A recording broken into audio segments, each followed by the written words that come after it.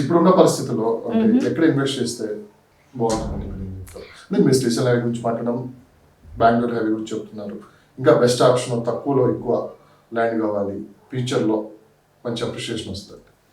Basically ఇప్పుడు immediate appreciable lands అంటే మనకి తుక్కుగూడ ఏరియాస్ సరౌండింగ్స్ లో చూసుకోవచ్చండి. మీరు ఉన్నాయండి వెంచర్స్ ఇప్పుడు కూడా చాలా ఉన్నాయి, అక్కడ ఇన్వెస్ట్ చేయొచ్చు. ఎందుకంటే చాలా క్లోజ్ ప్రాక్సిమిటీలో మనకి ఇది ఉంది, మనకి ఎయిర్పోర్ట్ ఉంది కాబట్టి Tukkuguda is a very good location. అక్కడ బాగా ఇన్వెస్ట్ చేయొచ్చు. మైట్ బి 4-5 years పడుతుండొచ్చు, కానీ అక్కడైతే రేట్లు అయితే మంచి రేట్. అంటే ఇప్పుడు 40,000, 35,000 to 40,000 రన్నింగ్ ఉంది అక్కడ వెంచర్లలో పర్ స్క్వేర్ యార్డ్.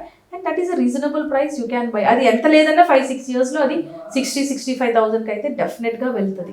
మీలాంటి ఎక్స్పర్ట్స్ అంతా దాదాపు 90% ఎప్పుడు ఈ ముంబై హైవే, శ్రీశైలం హైవే ఇవే చెప్తూ ఉంటారు. ఎక్కువ డిస్కషన్ మొత్తం దీని మీద ఎక్కువ జరుగుతుంది, ఎందుకంటే మార్కెట్ సైడ్ జరుగుతుంది కాబట్టి. మరి మిగతా ప్రాంతాల్లో మార్కెట్ జరగట్లేదా అంటే?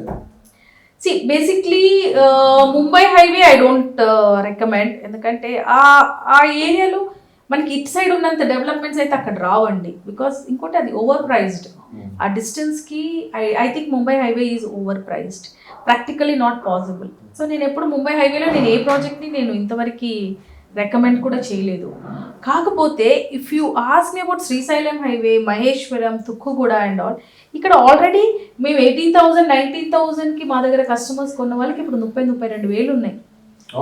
ఎస్, మైట్ బి 7-8 years అయి ఉంటుంది, కానీ వాళ్ళ ప్రాజెక్టులు ఇప్పుడు కూడా సెక్యూర్డ్ ఉన్నాయి. ఇంకోటి ఏంటంటే అక్కడ చుట్టుపక్కల ప్రాజెక్ట్స్ కూడా స్టార్ట్ అవుతున్నాయి. ఇప్పుడు బెంగళూరు హైవేనే తీసుకోండి, చాలా కంపెనీస్ వస్తున్నాయి అక్కడ. సో ఆ ఏరియాస్కి డిమాండ్ ఉంది.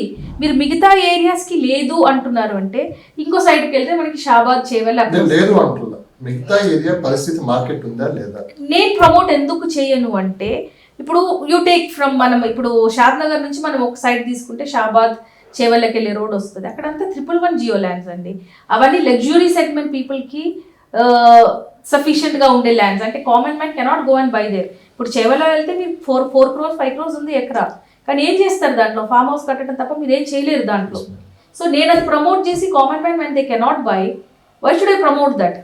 అది అన్ని ఏరియాకి ఒక్కొక్క సిగ్నిఫికెన్స్ అయితే ఉంది. ఇప్పుడు మెడిచల్ ఏరియా వెళ్ళారండి, షామీర్పేట వెళ్ళారనుకోండి, సేమ్ పరిస్థితి అక్కడ కూడా. కన్జర్వేషన్ జోన్స్ ఎక్కువ ఉన్నాయి.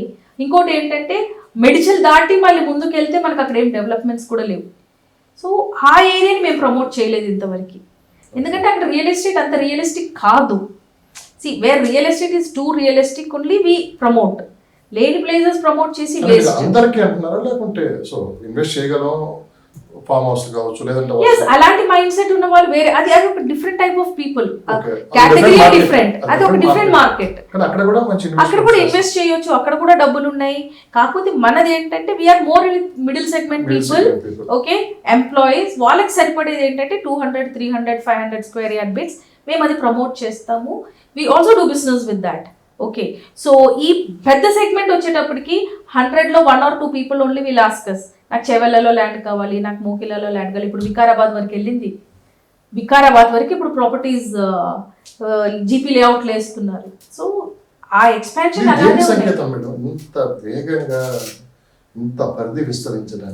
ఓవరాల్ ఎఫెక్ట్ అండి ఇవన్నీ. Overall is connecting you to all these places. So అంత కనెక్టివిటీ ఉన్నప్పుడు మీరు ఎక్కడ వెళ్ళినా మీకు అరగంట, 30 minutes to 40 minutes అంతే. So why will not people invest? ఇప్పుడు నేను ఒక ఫామ్ ల్యాండ్ కొనాలి అనుకోండి, నేను శ్రీశైలం హైవేలోనే కొనాలని నాకు లేదు, నాకు చేవెళ్ళలో కూడా వెళ్ళొచ్చు, వాట్ ఈస్ దట్, మోయినాబాద్ కూడా వెళ్ళొచ్చు. ఎందుకంటే ఓఆర్ఆర్ ఎక్కాను అనుకోండి, జస్ట్ 10 minutesలో నేను ఓఆర్ఆర్ దిగేస్తే నాకు ఇంకో 20-25 minutesలో I reach my plot. So ఇదంతా ఓవరాల్ ఎఫెక్ట్ ఏది అంటే this is a sort of development. ఏదో మార్కెట్ స్నాగ్నెట్ అయిపోయిందని హైదరాబాద్ మొత్తం జీరో అవుతుంది అనుకోవటం మాత్రం చాలా తప్పు. చాలా మంది డబ్బులు పెట్టుకొని అమ్మలేక ఇరుక్కుపోయి ఉన్నారు. But I always tell, real ఎస్టేట్లో పేషెన్స్ లేని వాళ్ళు డబ్బులు పెట్టొద్దు. ఆ పేషెన్స్ అనేది ఉండాలి. ఇప్పుడు మొన్న కూడా ఏదో వీడియో చూస్తుంటే కింద చూసాను చాలా కమెంట్స్, హైదరాబాద్ చచ్చిపోయింది మీరేంటి చెప్పేది అని. Not my video but somebody else. But అది తప్పు. ఎందుకంటే there will come a golden time, అది కూడా పెరుగుతుంది. మనం ఇన్వెస్ట్ చేసాము అంటే మనం పేషెన్స్తో ఎదురు చూడాలి.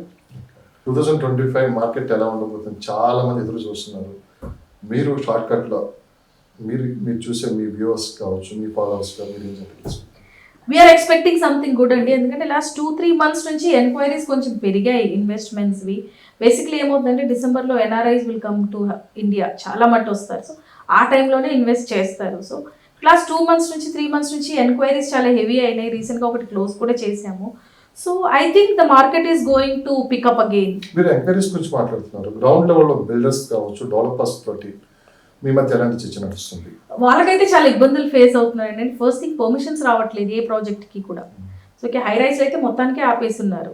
సో డెఫినెట్లీ బిల్డర్స్ మధ్యలో అంటే దీని మీద కూడా అయితే గవర్నమెంట్ చాలా స్పీడ్ గా సింగిల్ విండో పాలసీ లా, గత ప్రభుత్వం సింగిల్ విండో పాలసీ తీసుకుని వచ్చారు. ఇప్పుడున్న ప్రభుత్వం కొత్త పాలసీ తీసుకుని వచ్చే అవకాశం ఉంది. ఈ పర్మిషన్ విషయంలో కొంచెం ఇబ్బందులు గురవుతున్నాయి. చాలా చాలా ఇబ్బందులు అయితే వీఆర్ ఫేసింగ్ అండి. We don't know government policies ఎలా ఉంటున్నాయి. వాళ్ళైతే ఇంతవరకు అయితే ఏం అనౌన్స్ చేయలేదు. 2025లో వీఆర్ వెయిటింగ్. ఎందుకంటే రియల్ ఎస్టేట్ పికప్ అవ్వకపోతే గవర్నమెంట్కి కూడా డబ్బులు రావు. అండ్ ఇంకోటి ఏంటంటే మనకి ఎక్సెస్ ఇన్వెంటరీ ఉంది హైదరాబాద్లో. సో కొత్త బిల్డర్స్ కూడా కొంచెం స్లోగానే వెళ్తున్నారు, నాట్ ఇన్ ఏ రష్. మనకి లాస్ట్ 10 yearsలో ఉన్నంత స్పీడ్ అయితే మనకి రియల్ ఎస్టేట్లో లేదు. చాలా మటుకి రియల్ ఎస్టేట్లో ఏజెంట్స్ జాబులు మానేసుకొని వాళ్ళ ఊర్లోకి వెళ్ళిన పరిస్థితి కూడా ఉంది. అండ్ సో మెనీ పీపుల్ అప్పుల పాలైన పరిస్థితి కూడా ఉంది. కాకపోతే ఏంటంటే this is a slow market. ఆ రియల్ ఎస్టేట్ అనేది ఫాస్ట్గా ఫాస్ట్గా ఉన్నప్పుడు బాగా రుచి చూశారు. They expected this will be the same. See I'm in this market for long time. So నాకు తెలిసి ఇయర్ ఆ స్పీడ్ అయితే ఉండదండి. కాకపోతే ఇట్ ఈస్ రైజింగ్ స్లోలీ. ఇప్పుడు మొన్నటి వరకు Bengaluru market was very much down, zero అసలు.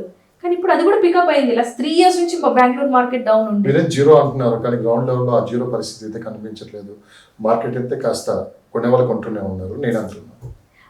అంటే హైదరాబాద్ మార్కెట్ గురించి బెంగళూరు మార్కెట్ గురించి లేదండి. బెంగళూరులో చాలా మటుకి ప్రైజెస్ క్లాష్ అయిపోయినాయి.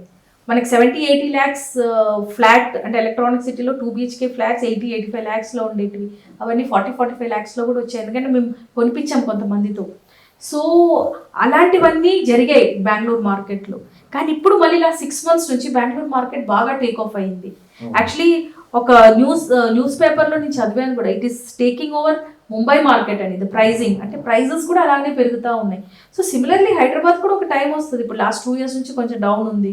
సో 2025లో వీ మైట్ ఆల్సో పికప్. ఎందుకంటే గవర్నమెంట్ పాలసీస్ ఇప్పుడు చూస్తున్నాం, కొంచెం అనౌన్స్మెంట్స్ కొంచెం పబ్లిక్ ఫ్రెండ్లీగా చేస్తున్నారు.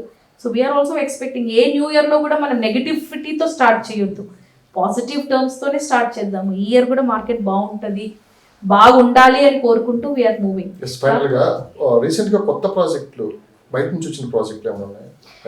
గోద్రేజ్ వాళ్ళు కొత్త ప్రాజెక్ట్ మనది న్యూ పోలీస్ లో లాంచ్ రీసెంట్ గా జరిగింది లాస్ట్ మంత్.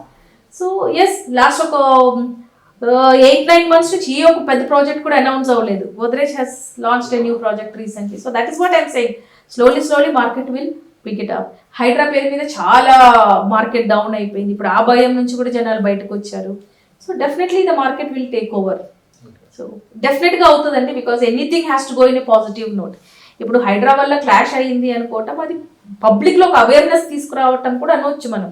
అది మార్కెట్ క్లాష్ అవ్వటం కంటే కూడా పబ్లిక్కి ఒక అవేర్నెస్ వచ్చింది. ఇప్పుడు people when they callers, madam అది ఏ జోన్లో ఉందని అడుగుతున్నారు. దీని ముందు ఎవరు అడగలేదు మమ్మల్ని, ఎవరు అడగలేదు. ఒక రకంగా మంచి జరిగింది. ఎందుకంటే పబ్లిక్ లో అవేర్నెస్ ఉండాలి. సి గవర్నమెంట్ ని బ్లేమ్ చేయటము, తర్వాత బిల్డర్ ని బ్లేమ్ చేయటము, అది కాకుండా అవేర్నెస్ అయితే వచ్చింది. భయపడుతున్నారు జనాలు. లేక్వి అంటే అమ్మో నేను ఎన్ని రకాలుగా నేను దాన్ని స్క్రూటినీ చేయాలి అనేసి ఆ ఒక అవేర్నెస్ అయితే పబ్లిక్ లో వచ్చింది. So anything that happens is for our good అనుకోవాలండి. ఎందుకంటే హైదరాబాద్ అంత స్పీడ్లో పెరిగింది. సో అంత స్పీడ్లో పెరగాలంటే చాలా చోట్ల కోమాలు, ఫుల్ స్టాప్లు ఉంటాయి, విచ్ మనం కూడా we may not come across. కానీ sometimes situations will bring it up. So ఇది కూడా నేను ఒక రకంగా మంచి అనుకుంటున్నాను. So now definitely the market will take it up అని we are assuming. Thank you madam, thank you so much. Thank you అండి.